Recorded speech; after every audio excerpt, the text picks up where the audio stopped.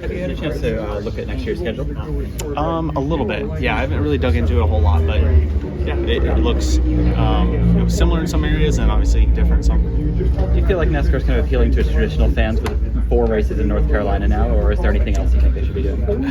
Yeah, I don't know, really. That's that's a tough one, right? But I think it is cool, right? There's a lot of guys that always press for more short tracks, and we're going to them, right, all around North Carolina. And then on the flip side of it too, right, we're going to a bunch of new places. So it's kind of different, right? If you told people we'd be, making the schedule appealing to this guy that wants to just race North Carolina, right, go to short tracks every single race, and then also the international fans, right, that want to see us and want us to go to the races and all that stuff. So it's a cool mixture, really. It's a lot of fun, and to me, the coolest thing about NASCAR in general, right, is that we do something different every week.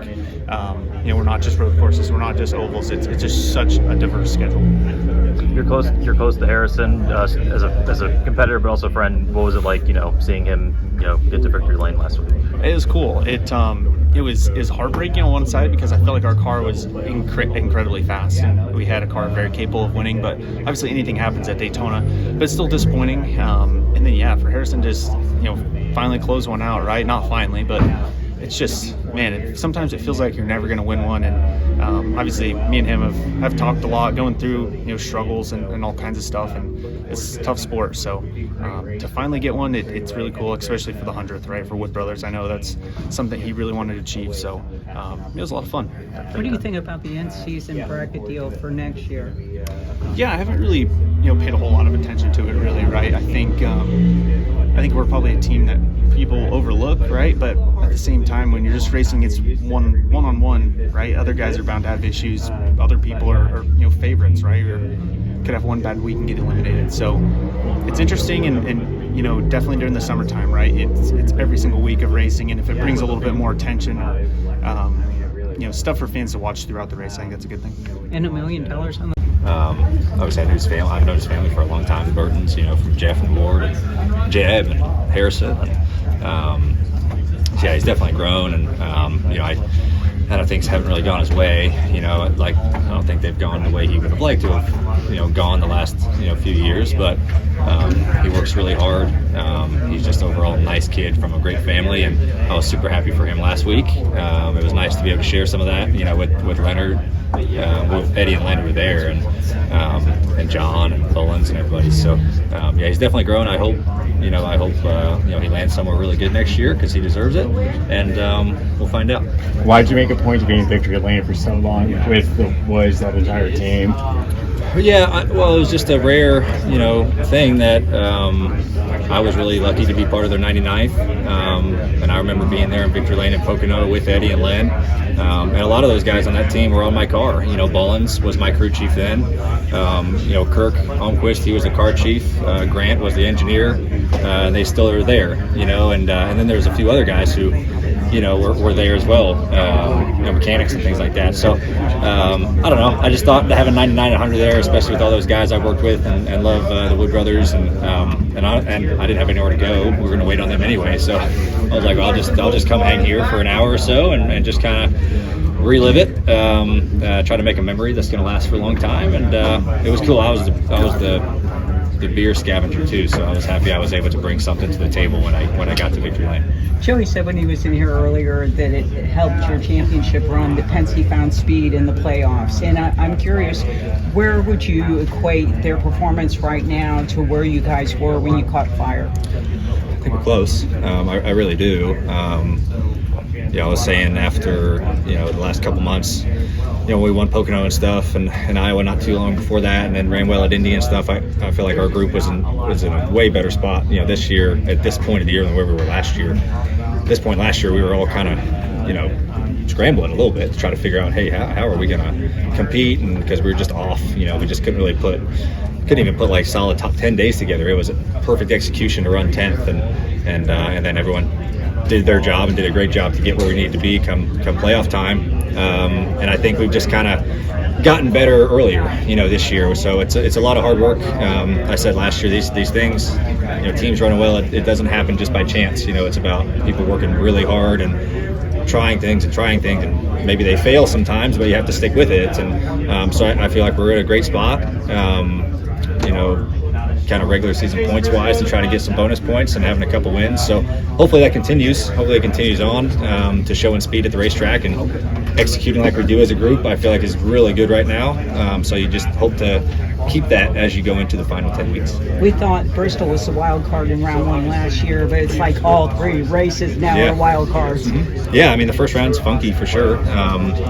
A couple races in there that have never been in the playoffs before, and obviously Atlanta leading it off. I feel like some guys are going to kind of have a little timidness to them, and that's I don't blame them for sure. You just have to, but in my mind, you just got to go out there and race. Like it's just another mile and a half speedway race, I guess, and wild things can happen. But yeah, the first round is odd. I think the first round is going to be a big thing. Just don't make any mistakes. Don't shoot yourself in the foot. Try not to get caught up in a wreck at Atlanta, which most of the time you have no say in that matter. But the first round is all 3 races are pretty wild card. It's a matter of who performs the best and who can keep their head on their shoulders and teams can execute. What do you think about the 2025 schedule? You've been to Mexico before?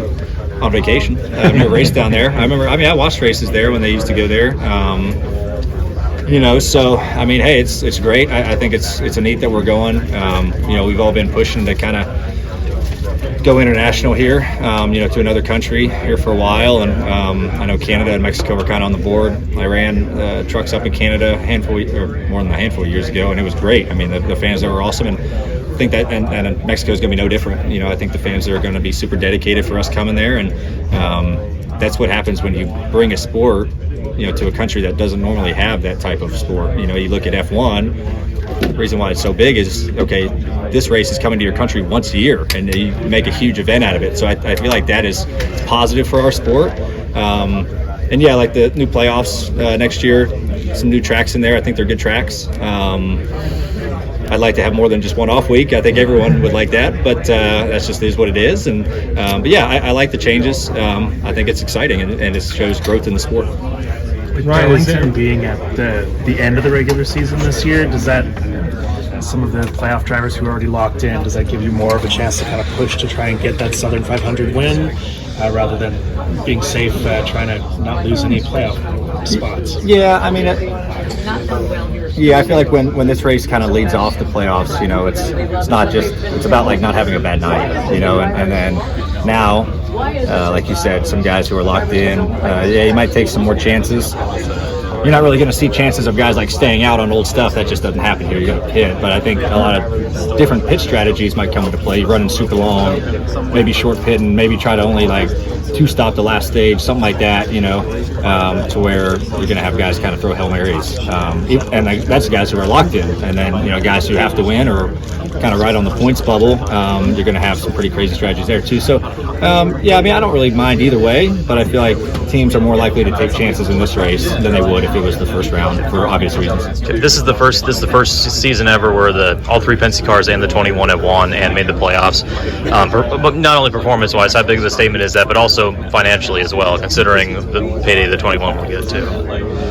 Hey, I don't deal with the team financials, driver, and that's all I know. But I think it's good for us as like a whole organization, Penske and Wood Brothers, to have those guys run for a championship. I was fortunate to make a run at it in 17 with those guys, made it to the round of 8, just missed out, getting to Phoenix. But I think it's just good for them to be, having a shot at it, and it's big for our whole group. You have 4 cars essentially in it. That's a huge accomplishment in our company, and it just shows the resilience that we have of always wanting to get better and putting yourself in positions to win races. So it is huge confidence too for everyone who works there. Like, man, we did a great job. We got all 4 of our cars in the playoffs.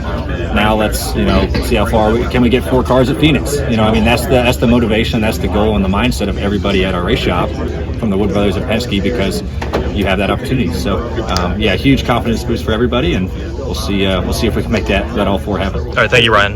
The Vivid EV Anthem is the essence of American spirit.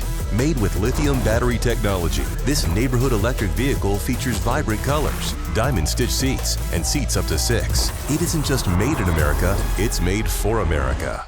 Jared Haas with Frontstretch.com. Come back soon for more great racing videos. And if you like us, make sure to hit that subscribe button.